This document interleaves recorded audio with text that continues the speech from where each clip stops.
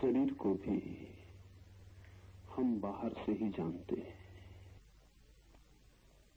जैसे कोई किसी महल के बाहर घूम ले, दीवारों का बाहरी रूप देख ले और समझे कि यही महल है, ऐसा ही हम अपने शरीर को भी बाहर से देखते हैं। बाहर से दिखाई जो पड़ता है शरीर वही नहीं है। शरीर को भीतर से देखकर तत्क्षण शरीर से छुटकारा हो जाता है। बाहर से तो शरीर का जो रूप दिखाई पड़ता है वो ढका हुआ आवृत रूप है। भीतर से शरीर की वस्तु स्थिति दिखाई पड़ती है, जैसा शरीर है। बुद्ध अपने साधकों को भेजते थे मरघट, लाशों को देखने के लिए, हड्डियों को देखने के लिए, खोपड़ियों को देखने के लिए। शरीर भीतर से वैसा है, सब ढका है चमड़ी के आवरण में। अन्यथा शरीर से इतनी आसक्ति, इतना मोह, इतना ममत्व पैदा न हो।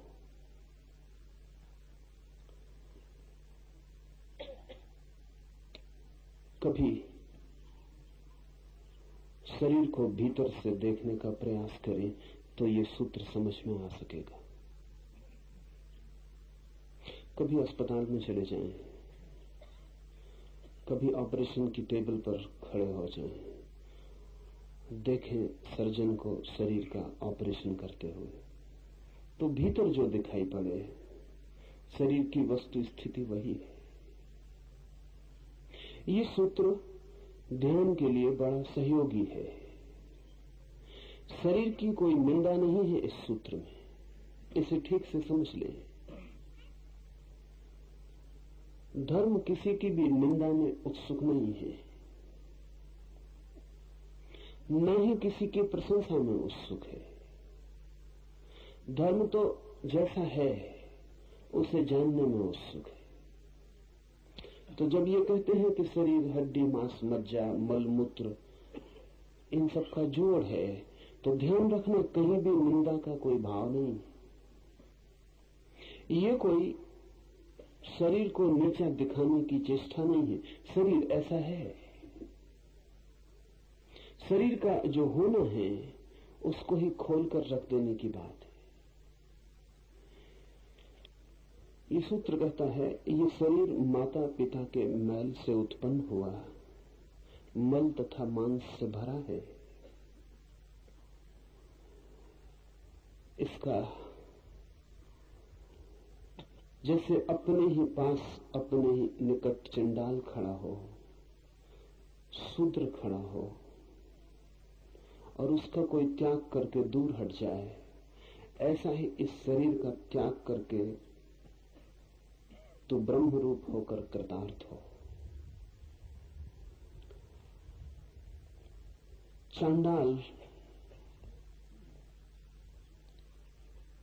शूद्र बड़े मूल्यवान शब्द हैं।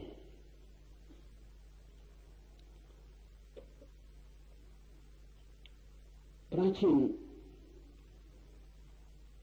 भारतीय मनोविज्ञान कहता है कि जो व्यक्ति भी अपने को शरीर मानता है वो शूद्र है।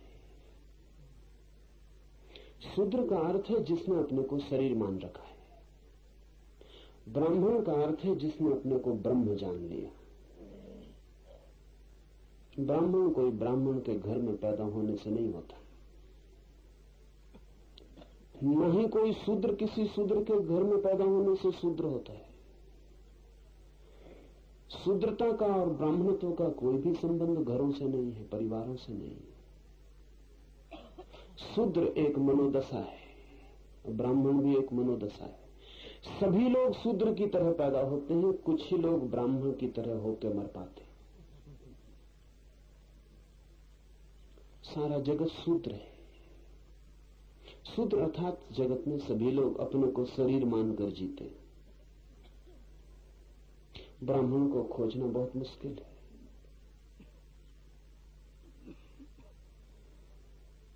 ब्राह्मण के घर में पैदा होना कोई कठिन बात नहीं, ब्राह्मण होना बहुत मुश्किल है। उद्दालक ने अपने बेटे श्वेतकेतु को कहा है कि श्वेतकेतु, तू जा ऋषि के आश्रम में और ब्राह्मण होकर लौट। श्वेतकेतु ने पूछा, लेकिन ब्राह्मण में हूं ही, ब्राह्मण का पुत्र हूं। तो उद्दालक ने बड़े मीठे वचन कहे और बड़े तीखे। उद्दालक ने कहा, हमारे घर में ऐसा कभी नहीं हुआ कि कोई सिर्फ हमारे घर में पैदा होने से ब्राह्मण हुआ। हम वस्तुतः ही ब्राह्मण होते रहे हैं। तो तू जा गुरु के आश्रम में और ब्राह्मण होकर वापस लौट। बाप से कहीं ब्राह्मणत्व मिला है? गुरु से मिलता है। और हमारे घर में नाम मात्र का ब्राह्मण कभी भी नहीं हुआ। हम सदा ही ब्राह्मण होते रहे हैं। तू जा, और जब ब्राह्मण हो जाए तो वापस लौट आना। ये सूत्र कहता है, शूद्र की भांति, चांडाल की भांति इस शरीर से दूर हट जाओ। दूर हटना भी नहीं पड़ता, समझ में आ जाए कि दुर्गंध है, समझ में आ जाए मलमूत्र है, समझ में आ जाए मांस मज्जा है, दिखाई पड़ जाए, दूर हटना शुरू हो जाता है। हम खिंचते हैं वहां, आकर्षित होते हैं वहां जहां सोचते हैं सुगंध है, सुवास है। हटने लगते हैं वहां से, विकर्षित होते हैं वहां से जहां लगता है दुर्गंध है।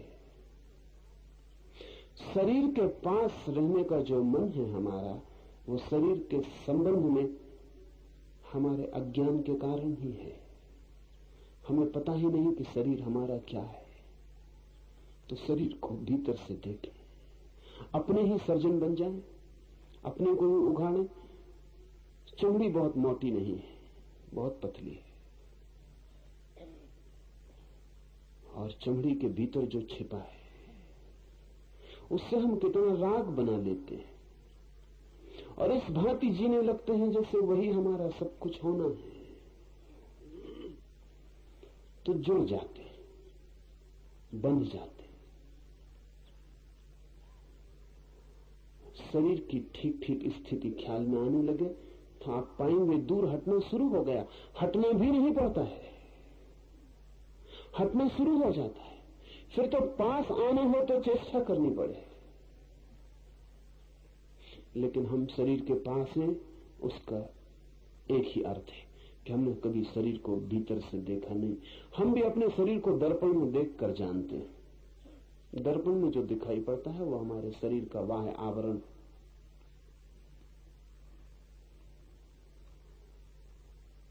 बड़ा अच्छा हो कि विज्ञान ऐसे यंत्र ईजाद कर सके, जैसे एक्सरे की मशीन है।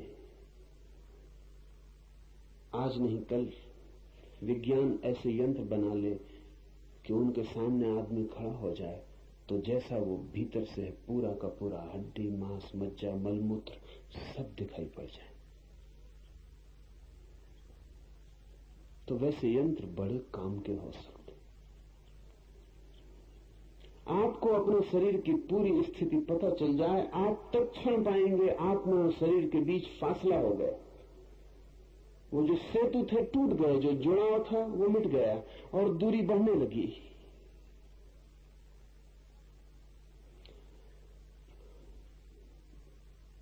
उपनिषद के ऋषियों ने वो आंख पैदा करने की कोशिश की है जिससे आप भीतर झांक सकें, चमड़ी के भीतर झांक सकें, अपनी ही चमड़ी के भीतर झांक सकें। सत्य मुक्तिदायी है। स्वयं के शरीर का सत्य पता चल जाए तो भी मन मुक्त होना शुरू हो जाता है। असत्य बंधन है, नहीं हम जिससे जानते उससे हम बंध जाते।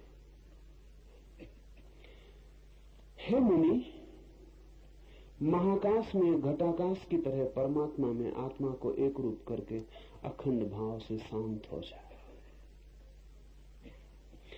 जब शरीर की व्यर्थता दिखाई पड़े, शरीर का असार होना दिखाई पड़े और शरीर केवल एक गंदगी का ढेर मालूम होने लगे, और जब शरीर से दूरी बढ़ने लगे, तभी परमात्मा से निकटता होनी शुरू होती है। शरीर के जितने निकट, परमात्मा से उतने दूर। शरीर से जितने दूर, परमात्मा के उतने निकट। शरीर से जितने जोर से हम बढ़े हैं, उतने ही उस अशरीरी चैतन्य से हमारा फासला है। जब शरीर की तरफ पीठ हो जाती और जब शरीर से दूरी बढ़ने लगती है, तो शरीर से दूरी बढ़ने का एक ही मतलब होता है कि आत्मा से निकटता बढ़ने लगती। आत्मा है एक छोर, शरीर है दूसरा छोर, बीच में हम लगते हैं आत्मा के बहुत। इसलिए शरीर से दूर हटने को ध्यान की एक प्रक्रिया की तरह लिया गया है। इसके कई दुष्परिणाम भी हुए, क्योंकि जब पश्चिम में भारतीय शास्त्रों का पहली दफा अनुवाद हुआ तो उन्हें लगा कि ये तो शरीर के दुश्मन मालूम पड़ते। ऐसा है नहीं, ये सिर्फ उपाय है। शरीर की वस्तुस्थिति जानने से तत्काल चेतना भीतर की यात्रा पर निकल जाती है। शरीर का ठीक ठीक बोध होते ही शरीर पर पकड़ ढीली हो जाती। वो पकड़ ढीली हो सके, इसलिए इस बोध को तीव्र करना जरूरी है।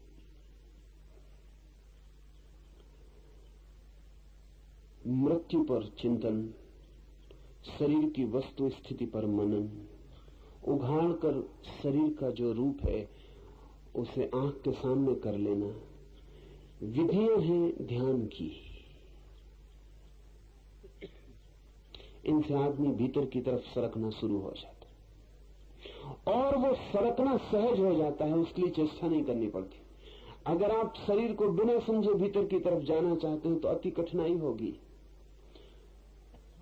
क्योंकि मन तो शरीर में लगा ही रहेगा, जुड़ा ही रहेगा। बुद्ध का एक भिक्षु एक गांव से निकलता है, सुंदर है बहुत। ध्यान ने उसके सौंदर्य को और भी गरिमा देती है। मौन भीतर सघन हुआ है तो उस मौन की किरणें उसकी आंखों और उसके चेहरे से और भी प्रकट होने लगी। वह आभा मंडित हो गया है, एक वेश्या उस पर मोहित हो जाती। रविन्द्रनाथ ने एक बहुत मधुर गीत इस घटना पर लिखा है। वो वेश्या उतर के अपने महल से नीचे आती है और उस भिक्षु को निवेदन करती है कि उसके महल में एक रात विश्राम कर ले। वो भिक्षु कहता है, निमंत्रण अस्वीकार करना हमारा नियम नहीं, आऊंगा, लेकिन अभी समय नहीं आया। जब तुम्हारे शरीर की वास्तविक स्थिति प्रकट हो जाएगी तब मैं आऊंगा।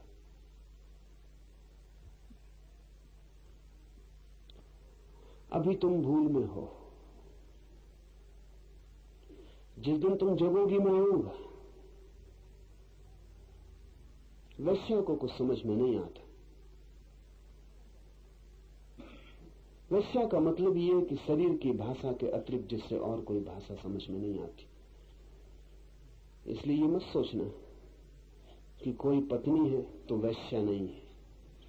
शरीर की ही भाषा समझ में आती हो तो वैश्या ही है। जब तक आत्मा की भाषा समझ में ना आए तब तक कोई वैश्या होने से ऊपर उठ नहीं सकता। और वैश्या का मतलब स्त्री मत समझना, वैश्य भी। शरीर की भाषा समझ में आए और शरीर से ही मोल तोल चलता हो, इतना ही मतलब है वैश्या का। शरीर पर ही सब टिका हो मन, वही हो व्यवसाय। भिक्षु ने कहा, आऊंगा जरूर, लेकिन जब तुम्हारा शरीर अपनी वस्तु स्थिति में आ जाएगा। उस वैश्या ने कहा, पागल हो गए, यही है समय, अभी मैं हूं युवा, अभी सौंदर्य है अपने शिखर पर। शरीर इससे बेहतर हालत में फिर कभी ना होगा। उस भिक्षु ने कहा, बेहतर की चिंता नहीं है, वास्तविक की चिंता है। जब वास्तविक होगा आ जाऊंगा। उस व्यक्ति का मैं कुछ समझ नहीं पा रही हूं, थोड़ा स्पष्ट करके कह दें। उस भिक्षु ने कहा कि जब कोई भी तुम्हारे पास ना आएगा तब मैं आ जाऊंगा, क्योंकि तब शरीर वास्तविक स्थिति में होगा। तब शरीर बाहर भी वैसा ही दिखाई पड़ने लगेगा जैसा भीतर है। अभी भीतर जैसा है वैसा बाहर नहीं दिखाई पड़ता। जब कोई भी तुम्हारे पास ना आएगा तब मैं आ जाऊंगा। फिर बहुत वर्ष बीत गए, वेश्या वृद्ध हो गई, सारे शरीर पर कोढ़ फैल गया, अंग अंग उसके गलने लगे। गांव ने उसे उठा के बाहर फेंक दिया। ये वही गांव था जो उसके द्वार के आसपास मंडराता था। ये वही लोग थे जिनको उसके मकान में प्रवेश नहीं मिलता था, जो उसकी दूर से झलक ले लेते थे तो भी अपने को तृप्त अहोभागी समझते थे। उन्होंने उसे गांव के बाहर फेंक दिया। अंधेरी अमावस की रात है, वो प्यासी गांव के बाहर तरफ रही, कोई उसे पानी पिलाने को भी नहीं। उस रात वो भिक्षु आया है और उस भिक्षु ने उसके सिर पर हाथ रखकर कहा कि मैं आ गया। अब शरीर अपनी वास्तविक स्थिति में, अब कोई तुम्हारे पास आता नहीं। अब शरीर बाहर भी वैसा ही हो गया जैसा भीतर है। अब बाहर भीतर का फासला टूट गया, बीच की चमड़ी ने जो अवरोध डाले थे वे मिट गए। अब भीतर की जो मांस मज्जा है वो बाहर भी झलकने लगी। अब भीतर की जो गंदगी है वो बाहर भी आ गई। अब तुम बाहर भीतर एक हो गई हो। अब मैं आ गया हूं। इसी दिन के लिए मैंने वायदा किया था, जब कोई भी नहीं आएगा तब मैं आ जाऊंगा।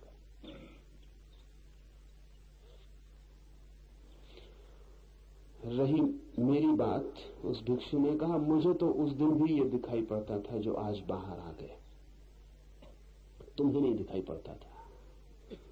मैं तो उस दिन भी तुम्हारे घर मेहमान हो सकता था,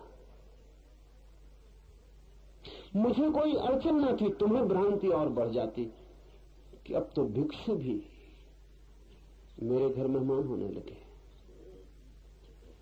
मेरी कोई अड़चन न थी, उस दिन भी आ जाता, क्योंकि उस दिन भी मैं यही देख रहा था जो आज तुम्हें दिखाई पड़ रहा है। जो आज पूरे गांव ने देख लिया है वो मैंने उस दिन भी देख लिया था। लेकिन वो वेश्या वहां बाहर पड़ी भी अपने शरीर को नहीं देख रही। आंख बंद करके वो उन्हीं दिनों का स्मरण कर रही जब शरीर सुंदर था, जब गांव में गरिमा थी, गौरव था। बुढ़ापे में भी लोग जवानी का चिंतन करते।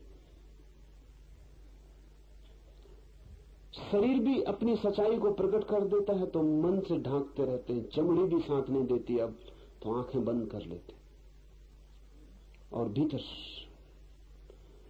वो जो बीत गया उसका रस लेते रहते। बूढ़ा भी जब जवानी का रस लेता है तो समझना कि वो शूद्र ही मरेगा, और जब जवान भी बुढ़ापे को आने के पहले ही शरीर में देख लेता है तो समझना कि ब्राह्मण होकर मरेगा। मरता हुआ आदमी भी जब जीवन की ही वासना लिए रहता है तो समझना कि शूद्र है, और भरी जवानी में भी आदमी जब मृत्यु को देखने लगता है तो समझना कि ब्राह्मण का जन्म शुरू हो गया। और ये जरूरी है कि शरीर की ये वास्तविकता हमें दिख जाए तो हमारी पीठ हो जाए इसकी तरफ और मुंह हमारा उस तरफ हो जाए जहां चैतन्य। हे मुनि, महाकाश में घटाकाश की तरह परमात्मा में आत्मा को एक रूप करके अखंड भाव से सदा शांत रहो। मोड़ लो मुंह अपना शरीर से और फिर देखो उस महाआकाश की तरफ। वो महाआकाश निकट ही है। एक घड़ा रखा हो, जमीन पर हम उसे उल्टा रखते हैं तो घड़ा आकाश की तरफ देखे पर उसे दिखाई पड़ेगी केवल मिट्टी की देह, आकाश दिखाई नहीं पड़ेगा। घड़े को उल्टा रख दिया जमीन पर, वो आकाश की तरफ देखे, उसे क्या दिखाई पड़ेगा? उसे दिखाई पड़ेगी अपनी ही मिट्टी की परत, अपनी देह, अपना शरीर। आकाश दिखाई नहीं पड़ेगा। फिर घड़े को हम सीधा रख दें और घड़ा आकाश की तरफ देखे मुंह आकाश की तरफ है। तो अब घड़ा देख पाएगा कि देह में नहीं हूं, और अब घड़ा ये भी देख पाएगा कि जो छोटा सा आकाश मेरे भीतर है वही आकाश बाहर है, और हम दोनों के बीच कहीं भी कोई अंतराल नहीं। हम दोनों अविच्छिन्न हैं। सतत मैं ही फैलता चला गया हूं इस आकाश में। सतत ये आकाश ही मुझ तक चला आया है, और बीच में कहीं कोई अवरोध, कहीं कोई सीमा, कहीं कोई दीवार नहीं है। ठीक ऐसी ही घटना घटती जब आप शरीर की तरफ देख रहे होते हैं तो आप उल्टे घड़े की तरह रखें। आपको शरीर दिखाई पड़ता है। जब आप शरीर से मुंह मोड़ते हैं आप सीधे घड़े की तरफ हो गए। अब आपका मुंह आकाश की तरफ खुलता है। जैसे ही कोई व्यक्ति शरीर से मुड़ता है तत्क्षण आकाश की तरफ उन्मुख हो जाता है, और पहली दफा उसे दिखाई पड़ता है कि जो विराट फैला हुआ है उसमें और मुझ में कहीं भी कोई रत्ती भर का भेद नहीं है। मैं ही विराट हो गया हूं, विराट मुझ तक आ गया है। हे मुनि, महाकाश में घटाकाश की तरह परमात्मा में आत्मा को एक रूप करके अखंड भाव से शांत रहो, और जैसे ही ये दिखाई पड़ता है शांति घटित हो जाती। अशांति क्या है? क्या है हमारी बेचैनी? हमारी बेचैनी यह है कि हम बहुत बड़े हैं और बहुत छोटे में कैद। हमारी बेचैनी यह है कि जैसे बड़े आदमी को एक बच्चे के कपड़े पहना दिए हो, वो हिलडुल भी ना सकता हो, और जगह जगह बन गया हो, और कपड़े भी कपड़े के ना हो, लोहे के हो, तो जो अड़चन मालूम होगी वही हम सबकी अड़चन। हम हैं बड़े, बड़े नहीं विराट, और बहुत छोटी देह में कैद। घर बहुत छोटा है, निवासी बहुत बड़ा है।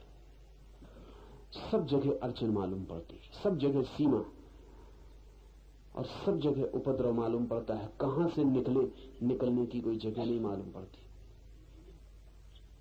और कठिनाई बढ़ गई है, क्योंकि जो हमारा कारागृह है उसे हमने अपना घर समझ लिया, तो हम उसको सजाने में लगे।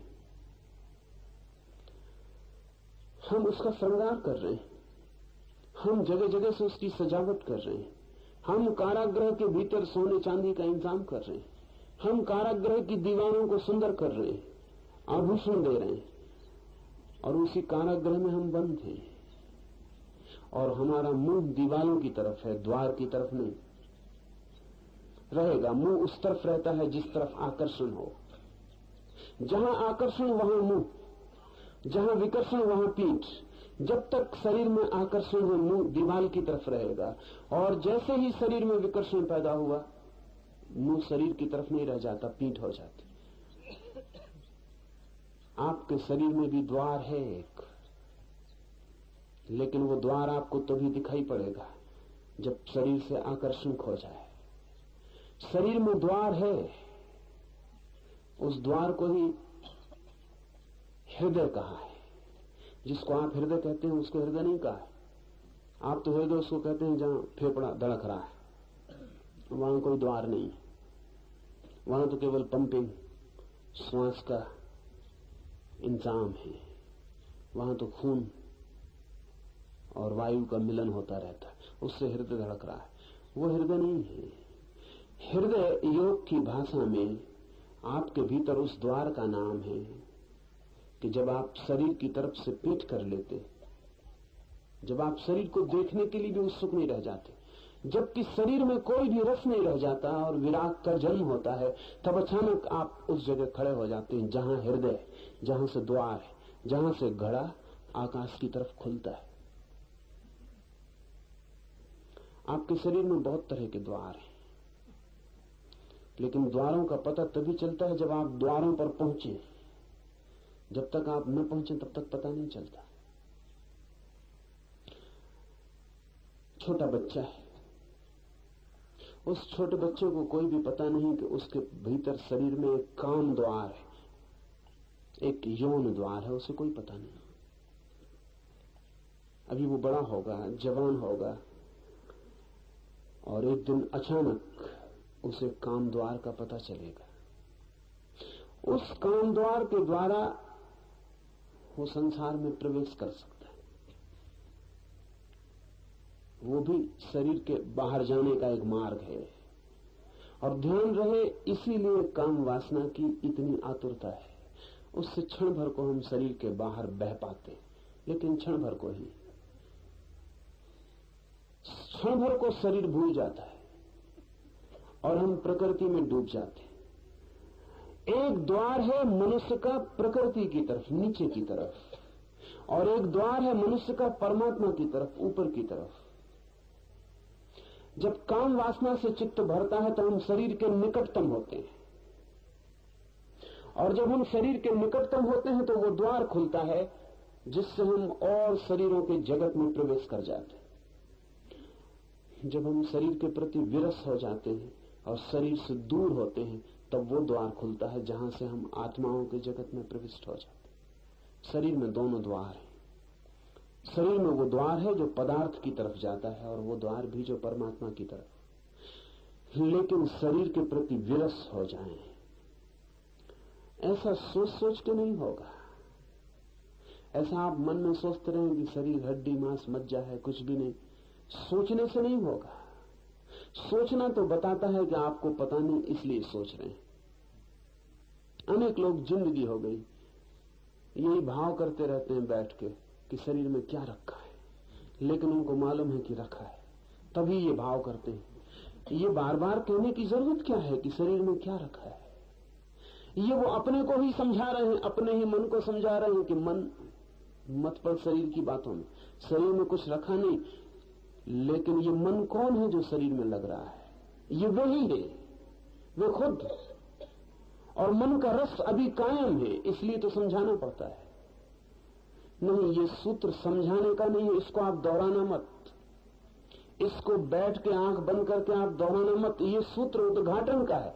इस सूत्र को समझ के आंख बंद करके शरीर के भीतर खोजना कि क्या ये सूत्र सच कहता है कि मांस मज्जा है। इसको मान मत लेना, इसको मान के खतरा हो जाएगा, आप दोहराने लगेंगे। इसकी खोज करना, तलाश करना। हो सकता है ऋषि मजाक कर रहा हो सकता है झूठ बोल रहा हो।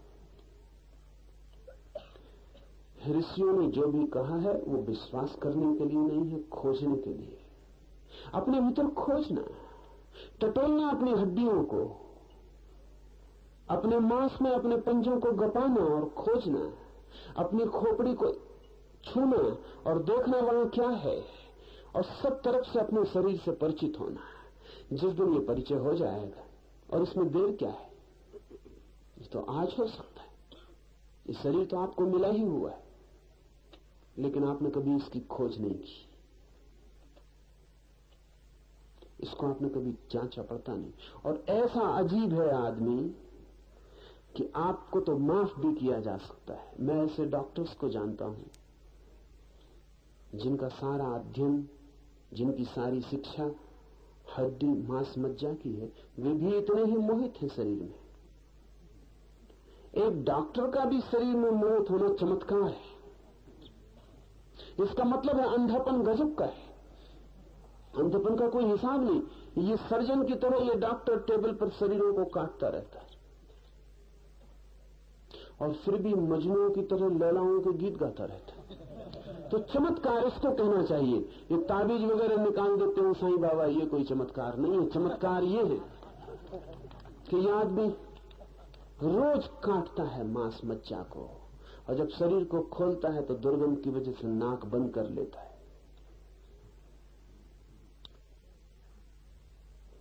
एक एक हड्डी से, एक एक नस से परिचित है। भीतर सुंदर जैसा कुछ भी नहीं है।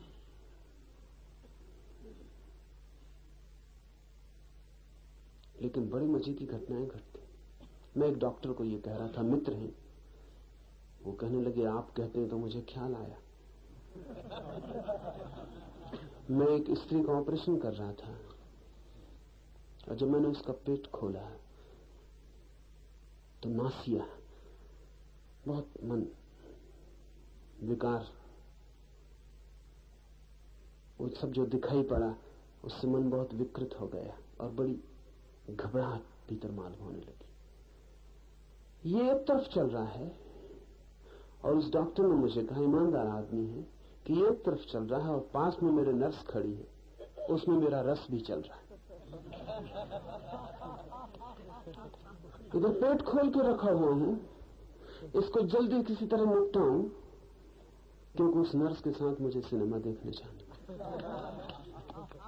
ये है आदमी का मन। हम अपने को धोखा देने में इतने कुशल हैं। ये भी वही करेगा, ये जाके भी नर्स का हाथ हाथ में ले लेगा और बिल्कुल भूल जाएगा कि हाथ क्या है।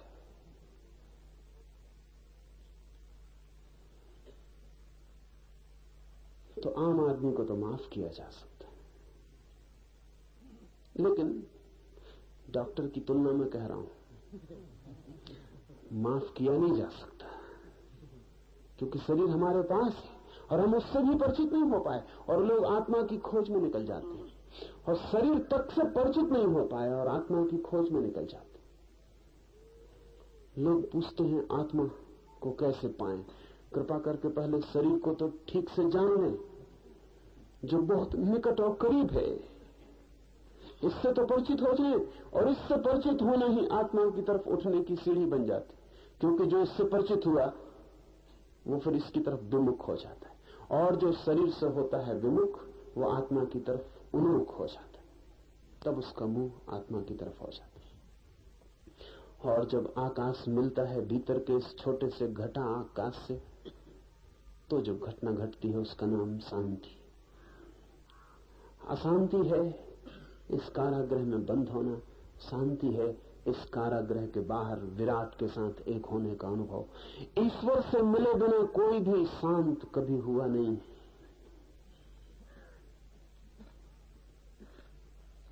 इसलिए जब जितने भी आप उपाय करते हैं शांत होने के, वो व्यर्थ जाएंगे। कमोबेश अशांति हो सकती है, कभी अशांति ज्यादा कभी कम, बस जिसको आप शांति कहते हैं वो कम अशांति का ही नाम है, इससे ज्यादा नहीं। नॉर्मल अशांति, साधारण अशांति हो तो आदमी कहता सब शांत, सब ठीक चल रहा है। अशांति थोड़ी बढ़ जाती तो थोड़ी दिक्कत मालूम होती है। मनुष्य कहते हैं कि हमारा धंधा कुल इतना है कि हम तुम्हें सामान्य रूप से पागल रख सके। दो तरह के पागल हैं दुनिया में, बस दो ही तरह के आदमी ही हैं। असाधारण रूप से पागल, उनको हमें पागल खाने में रखना पड़ता है। साधारण रूप से पागल दुकानों में, दफ्तरों में, सब जगह बैठे हुए। इनके बीच जो फर्क है वो डिग्री का, मात्रा का। इनमें से कोई भी उचक कर दुकान से एकदम पागल खाने में जा सकता है, कोई अड़चन नहीं। जरा मात्रा बढ़ाने की जरूरत है और आप रोज कई दफा पागल खाने के करीब हो जाते। जब आप क्रोध से भर जाते तो आप क्षण भर के लिए पागल हो गए। आप में और पागल में कोई फर्क नहीं, आप वो काम करेंगे जो पागल करता है। बस फर्क इतना ही है कि आप कभी कभी ऐसा होते हैं। ये पागलपन जो है आपका कभी कभी आता है, किसी का स्थिर हो गया है, जाते ही नहीं, ठहर गया। आप थोड़े तरल पागल, लिक्विड, बहते रहते हैं। कोई ठोस हो गया, बर्फ की तरह जम गया। मनुष्यविद कहते हैं कि हमारा कुल काम इतना है कि जो जरा ज्यादा आगे चले गए पागलपन में, उनको जरा पीछे ले आना और सामान्य भीड़ के साथ खड़ा कर देना। इससे ज्यादा हम कुछ कर नहीं सकते। एडजस्टमेंट कर सकते हैं कि वापस साल 2 साल समझा बुझा के दवा दारू से वापस बिठा देना वहीं जहां वो पहले अपनी दुकान में बैठे थे। इतना पागलपन जिससे कि काम में बाधा ना पड़े, काम चलता जाए। अशांति हमारा स्वभाव बन गई है और स्वाभाविक है ऐसा होना, क्योंकि शांत होने का एक ही अर्थ है। जब गंगा सागर में गिरती है, उन दोनों के बीच जो घटना घटती है उसका नाम है शांति। जब आपकी सरिता भी सागर में गिरती, तब जो घटना घटती उस मिलन के क्षण में, उसका नाम है शांति। परमात्मा से मिले बिना कोई शांति नहीं। स्वयं ही अपने आप स्वयं प्रकाश और अधिष्ठान ब्रह्म रूप होकर पिंडांड तथा ब्रह्मांड का भी विष्ठा पात्र के समान त्याग कर दे। न केवल इस शरीर को त्याग कर देना है, बल्कि ये जो विराट शरीर दिखाई पड़ रहा है, ब्रह्मांड, ये जो बड़ा जगत दिखाई पड़ रहा है, छोटे रूप में आदमी तस्वीर है बड़े जगत की। आपके बाहर फैला हुआ एक शरीर है, वो आपकी देह, भीतर छिपा हुआ चिदात्मन ज्योति है आत्मा की। ठीक ऐसे ही इस पूरे विराट का शरीर है जगत, और उसके भीतर छिपा हुआ ब्रह्म। इस शरीर का तो त्याग कर ही देना है। ये जो बाहर विराट शरीर फैला हुआ है, ये भी इसी के साथ व्यर्थ हो जाता है, इसका भी त्याग कर देना। जब कोई व्यक्ति अपने शरीर से विमुख होता है तो उसे आत्मा का अनुभव होता है। इस शब्द को ठीक से समझ लें। जब कोई व्यक्ति अपने शरीर से विमुख होता है तो उसकी आंखों में पहली दफे जो झलक आती है वो अपनी ज्योति की है, आत्मा की है, घटाकाश की है। और जब कोई व्यक्ति सारे जगत के ब्रह्मांड शरीर से भी विमुक्त हो जाता है, तब उसे जो अनुभव होता है वो ब्रह्म ज्योति का है। आत्मा और परमात्मा में इतना ही फर्क है। आत्मा का मतलब है आपको छोटी सी ज्योति का अनुभव हुआ, परमात्मा का अर्थ है अब आप महासूर्य के समक्ष खड़े हो गए। अपने शरीर से छूटकर आत्मा का अनुभव होता है और ब्रह्मांड से छूटकर परमात्मा का अनुभव होता है, पर दोनों में मात्रा का ही फर्क है। इसलिए जो आत्मा तक पहुंच गया उसे कोई अड़चन नहीं है, उसे कोई बाधा नहीं है, वो दूसरी छलांग भी आसानी से ले सकता है। देह के ऊपर आरूढ़ हुए अहंकार बुद्धि को सदैव आनंद रूप चिदात्मा में स्थापित करके लिंग शरीर को त्याग और सर्वदा केवल आत्मा रूप हो। सतत ये मुख आकाश की तरफ बना रहे, यही सन्यास का अर्थ है। ग्रस्त चेष्टा करके कभी कभी एक झलक पा लेता है, फिर लौट आता है अपने घर में। ग्रस्त का मतलब आप समझ लेना, ग्रस्त का मतलब शरीर में जो लौट लौट आता है। ग्रह से मतलब उस घर का नहीं है जिसमें आप रहते हैं, ग्रह से अर्थ इस घर का है जिसमें आप पैदा हुए। इसमें जो ठहर गया है उसका नाम है ग्रस्त। कभी कभी झलक भी मिल जाती है, फिर लौट लौट आता है। कभी कभी घड़ा सीधा भी हो जाता है, फिर उलट हो जाता है, फिर ठहर जाता है। उल्टा होना आदत हो गई, आदत की वजह से उल्टा होना सीधा मालूम पड़ता है, आदत की वजह से। इतने दिन तक उल्टे रहे हैं कि आदत की वजह से वही ठीक मालूम पड़ता है। अगर एक आदमी को जन्म के साथ शीर्षासन करवा दिया जाए और वो शीर्षासन किए ही बड़े किए जाए, तो किसी दिन अगर उनको सीधा खड़े होने को कहा जाए तो वो कहेगा क्या उल्टा खड़ा करवा रहे हैं। स्वभावता, क्योंकि उनकी आदत तो एक पड़ गई कि सिर के बल खड़ा होना। एक छोटी सी जाति है दक्षिण अमेरिका में, एक छोटे पहाड़ पर 300 लोगों का कबीला है। एक मक्खी है वहां जिसके काटने से सभी लोग अंधे हो जाते, तो 300 ही लोग अंधे हैं। छोटी सी आदिवासियों की जाति। सब बच्चे आंख वाले पैदा होते हैं, लेकिन 3 महीने के भीतर अंधे हो जाते, क्योंकि 3 महीने के भीतर वो मक्खी काट ही लेती है। इसलिए उस कबीले को पता ही नहीं कि आंखें होती, और 3 महीने के बच्चे को तो क्या पता चलेगा कि आंखें, बाकी तो सब अंधे हैं। 3 महीने के भीतर हर बच्चा अंधा हो ही जाएगा। अगर उस कबीले में कभी कोई आंख वाला पैदा हो जाए तो निश्चित ही उस कबीले के डॉक्टर उसकी आंखों का ऑपरेशन कर देंगे, क्योंकि बिल्कुल अस्वाभाविक मालूम पड़ेगा। आंख कहीं होती, किसको होती? किसी को नहीं होती। तो कुछ भूल हो गई प्रकृति की, ऑपरेशन कर देना जरूरी हो जाए। अंधा होना स्वाभाविक है, आदत बन गई। हम जैसे हैं वो स्वाभाविक लगता है, जरूरी नहीं कि स्वाभाविक हो। इसे थोड़ा ठीक से समझ लें। आदत स्वभाव मालूम पड़ सकती है, लेकिन आदत स्वभाव नहीं। आदत और स्वभाव में फर्क क्या है? आदत का मतलब है जिसे हम करते रहे हैं इसलिए करते चले जा रहे हैं।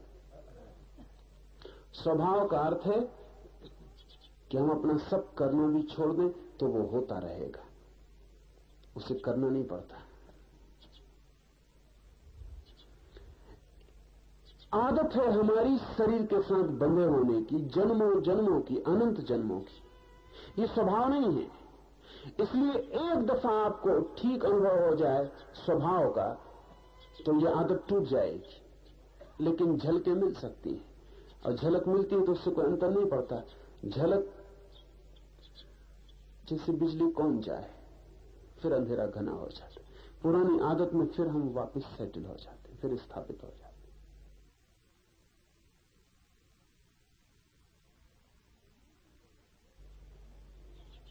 सन्यासी का अर्थ है जिसने ये निर्णय लिया कि अब मैं सतत घर की ओर पीठ ही रखूंगा और सतत खुले आकाश को स्मरण रखूंगा, और निरंतर मेरी चेष्टा जारी रहेगी, उठते बैठते जागते सोते भी।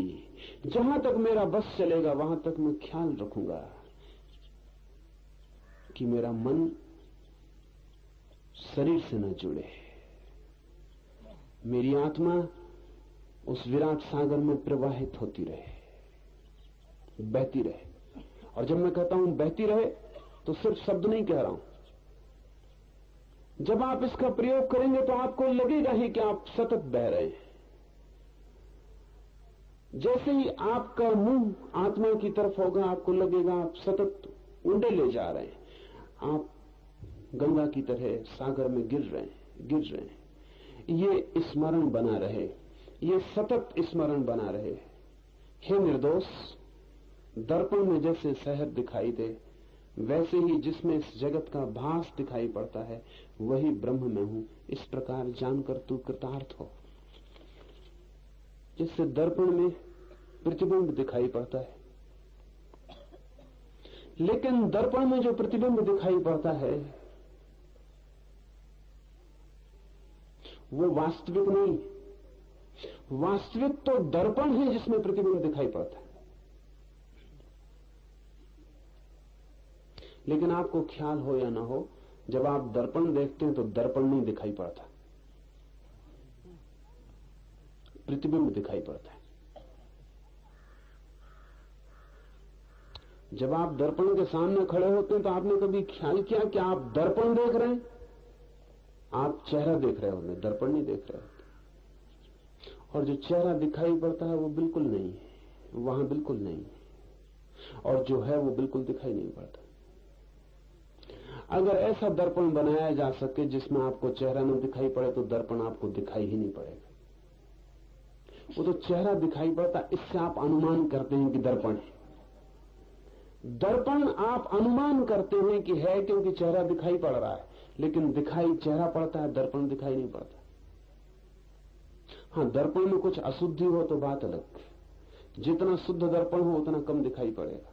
अगर हम बिल्कुल निर्दोष दर्पण बना सके तो हमें दिखाई ही नहीं पड़ेगा। महाभारत की सारी कथा ऐसे ही निर्दोष दर्पण के बनने से हुई। किया था मजाक, मजाक महंगा पड़ा। दुर्योधन और उसके सारे भाई अंधे बाप के बेटे थे, तो मजाक किया था। मजाक अच्छा भी नहीं था, क्योंकि जिस मजाक से दूसरे को चोट पहुंचे वो मजाक कम, हिंसा ज्यादा हो जाती। तो पांडवों ने बनाया था एक मकान, निमंत्रित किया था अपने चचेरे भाइयों को। मकान में ऐसे दर्पण लगाए थे जो बड़े निर्दोष थे। दर्पण इतने निर्दोष थे कि दिखाई ही नहीं पड़ते थे कि दर्पण है।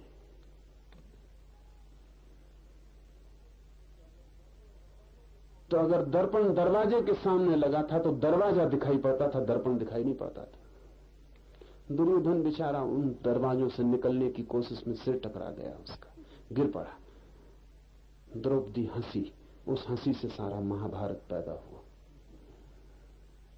उस हंसी का बदला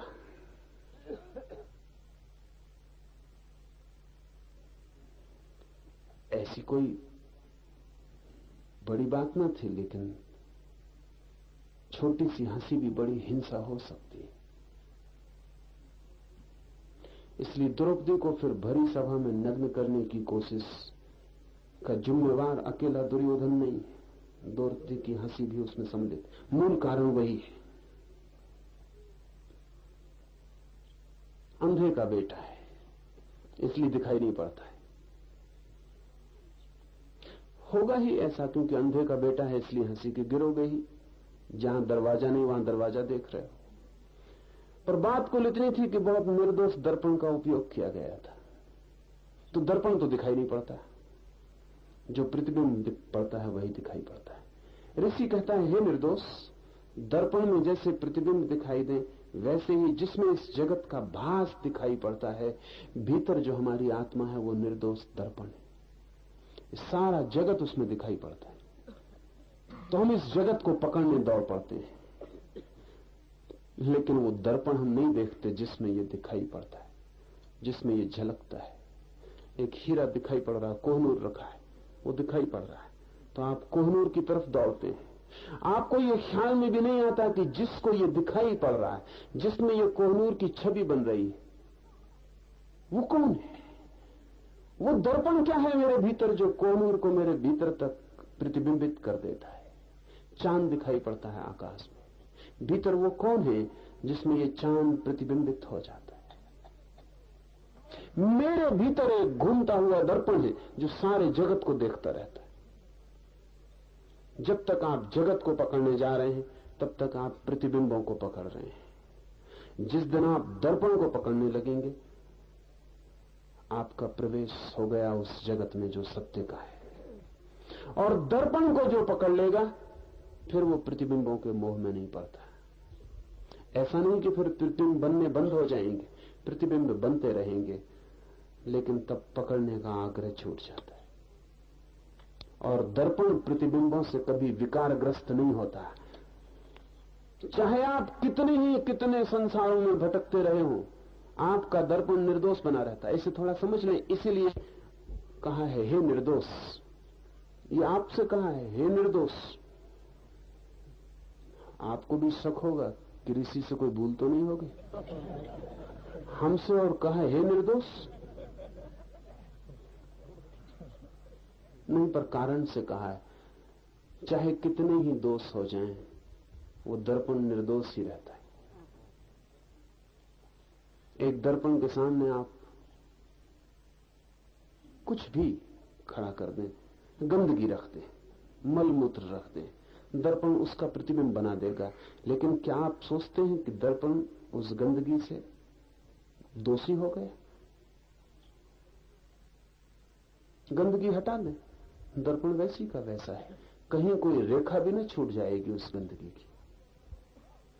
तो आपके दर्पण के सामने बहुत कुछ घटता रहा है, लेकिन सामने ही घटता रहा है, दर्पण में कुछ भीतर जाता नहीं, जा सकता नहीं। इसलिए कहा है निर्दोष। ये बहुत बुनियादी फर्क है। ईसाईयत कहती है कि अपने दोष छोड़ो, हिंदू चिंतन कहता है जानो कि तुम निर्दोष हो ही। ईसाईयत कहती है छोड़ो पाप, छोड़ो दोष, हटाओ। हिंदू चिंतन कहती है हटाना क्या है, तुम दर्पण हो ये भर जान लो, फिर सब हट गया, तब तुम निर्दोष हो ही। बात एक ही है। अगर कोई हटाने में भी लग जाए, तो सामने से दर्पण के अगर सब दोष हटा दिए जाएं, तो दर्पण निर्दोष मालूम पड़ेगा, तो वो था ही। इस छोर से भी शुरू किया जा सकता है। जैन और हिंदू चिंतन का भी फर्क यही है।